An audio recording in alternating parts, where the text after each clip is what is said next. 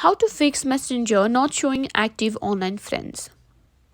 If you've been having trouble with Messenger not showing your active online friends, you're not alone. In today's video, I'll walk you through several ways to fix this issue so you can see your friends' online status again.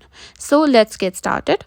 First, open your Messenger app and make sure your active status is turned on. Just tap on the menu icon and you can simply go to settings. From there, go to active status and make sure that the toggle is turned on. If it's already on, try turning it off and on to reset the feature.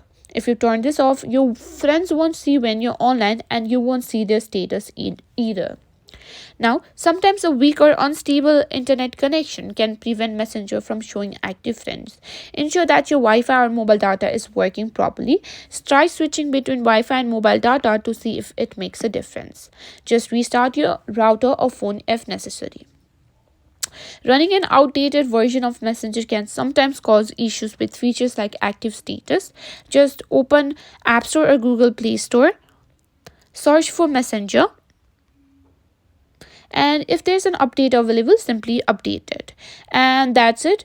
By following these steps, you should now be able to see your active online friends on Messenger again.